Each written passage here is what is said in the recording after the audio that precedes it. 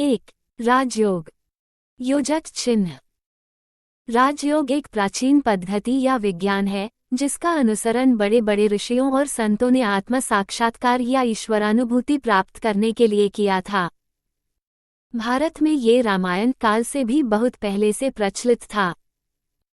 सूर्य वंश के राजा दशरथ से 72 पीढ़ी पहले एक महान ऋषि ने इसे सबसे पहले दुनिया के सामने रखा।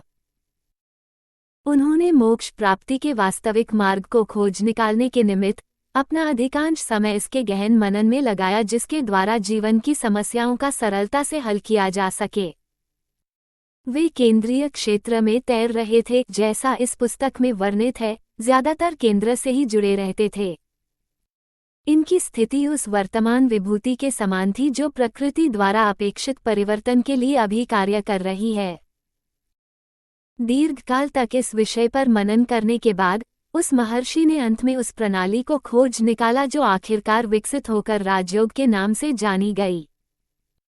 जब वे केंद्र के निकट सान्निध्य में थे, उन्होंने संसार की वास्तविकता का, उसके कारण का या अस्तित्व की शक्ति का पता लगा लिया।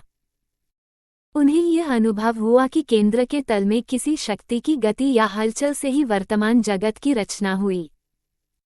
इस हलचल भरे विचार को दूसरे शब्दों में उपादान कारण या सहज मार्ग के संदर्भ में राजयोग की प्रभाव क्षमता क्षोभ कहा जाता है। अंत में वे इस निष्कर्ष पर पहुंचे कि यह उस शक्ति का परिणाम है जो मनुष्य की विचार शक्ति के समान है या इसके अनुरूप है। सहज ही उन्होंने अनुमान लगाया कि विचार ऐसे परिणाम ला सकता है और उसकी शक्ति असीमित है। तब उन्होंने इस विचार शक्ति से, जो हमारे भाग्य में आ पड़ी, कार्य लिया और उसी के माध्यम से प्रशिक्षण देना आरंभ किया। यही राजयोग या योगों के राजा का आधार है। हमारे अंदर विचार ही वो राजसी वस्तु है जो आखिरकार विकसित होती है और हमें अपने लक्ष्य तक ले जाती है। एक के बाद एक महर्षियों ने जैसे जैसे उनका व्यावहारिक अनुभव बढ़ता गया, इसको सुधारा और विकसित किया है।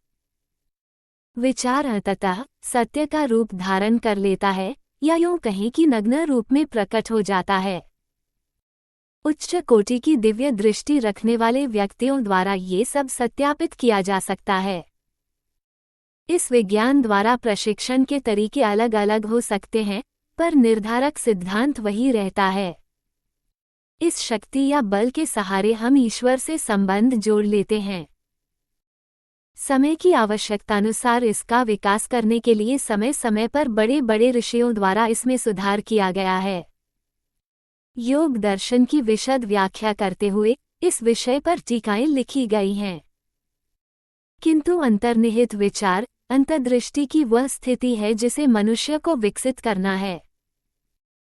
वस्तुएं अपने असल स्वरूप में प्रकट होने लगती हैं और इनका रहस्य उस व्यक्ति के सामने प्रकट होने लगता है जो अपनी नौक को आगे तक खींचते हुए उस गहराई में जाता है और उच्चतम तक प्रगति करता है।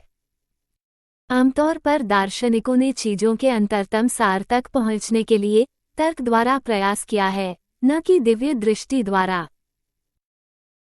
तर्क अपने लोक विदित अर्थ में त्रुटिपूर्ण हो सकता है और हमें भ्रमित कर सकता है, लेकिन यदि किसी चीज को तर्क के अनावश्यक माध्यम के बिना पहले की जानकारी से जनित अंतर्दृष्टि द्वारा देखा जाए तो वो वस्तु अपने मौलिक रूप में 128 राजयोग बिना त्रुटि या दोष के दिखाई देगी। चीजें इतनी बदल चुकी हैं कि विशेष स्तरों पर उनका वर्णन करना कठिन है। संसार अनादिकाल से अस्तित्व में है और उसकी सही तिथि का पता नहीं लगाया जा सकता, हालांकि कुछ व्यक्तियों ने सृष्टि काल को निर्धारित करने का प्रयास किया है। चक्राकार आवर्तन और परिभ्रमण हो रहे हैं, इनके क्रियाकलाप बढ़ते जा रहे हैं। हमें हमेशा हर वस्तु से ऊपर उठकर ही चीजों का पता लगाने का प्रयत्न करना चाहिए। चीजों की यथार्थता तक पहुंचने के लिए दार्शनिकों के ध्यान देने की यही मुख्य बात है। आमतौर पर दार्शनिकों ने, खासकर पाश्चात्य दार्शनिकों ने व्यावहारिक जीवन में अनुभव किए बिना ही चीजों को जानने का प्रयास किया है। मैं कहूँगा, ऐसा जरूरी नहीं है कि दार्शनिक होने मात्र से कोई दार्शनिक भ्रष्ट या पतित नहीं हो सकता।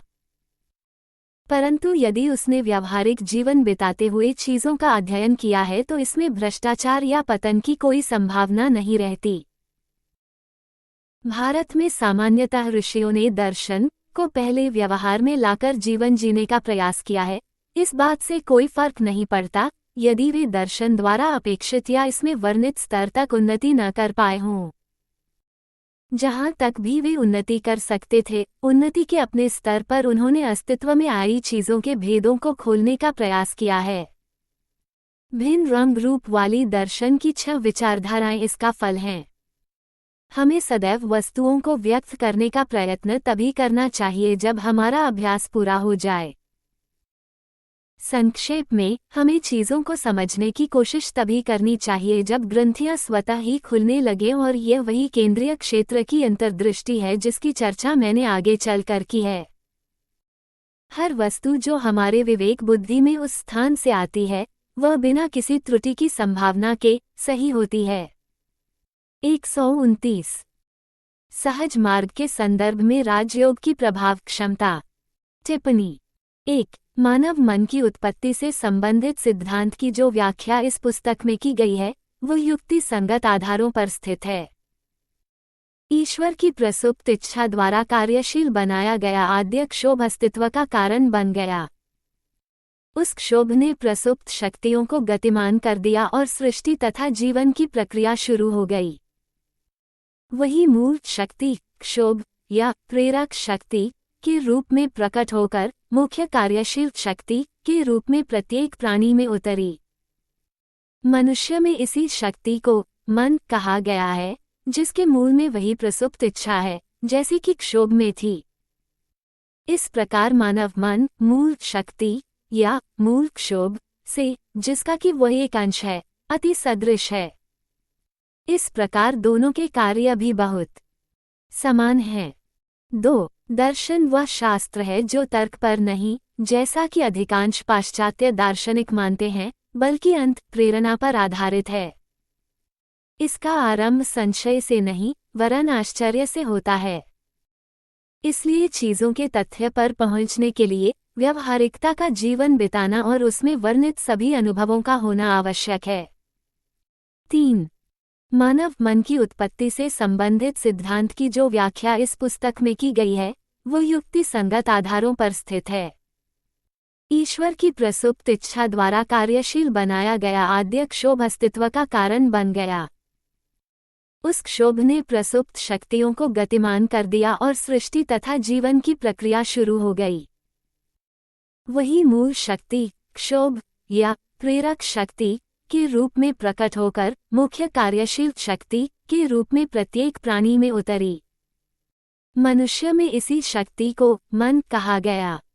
130 राजयोग है, जिसके मूल में वही प्रसुप्त इच्छा है, जैसी कि क्षोभ में थी। इस प्रकार मानव मन मूल शक्ति या मूल क्षोभ से, जिसका कि वह एक अंश है, अति सदृश है। इस प्रकार दोनों के कार्य बहुत समान हैं। 4 दर्शन वह शास्त्र है जो तर्क पर नहीं, जैसा कि अधिकांश पाश्चात्य दार्शनिक मानते हैं, बल्कि अंत प्रेरणा पर आधारित है। इसका आरंभ संशय से नहीं, वरन विस्मय से होता है। इसलिए चीजों के तथ्य पर पहुंचने के लिए व्यावहारिकता का जीवन बिताना और उसमें वर्णित सभी अनुभवों का होना आवश्यक है।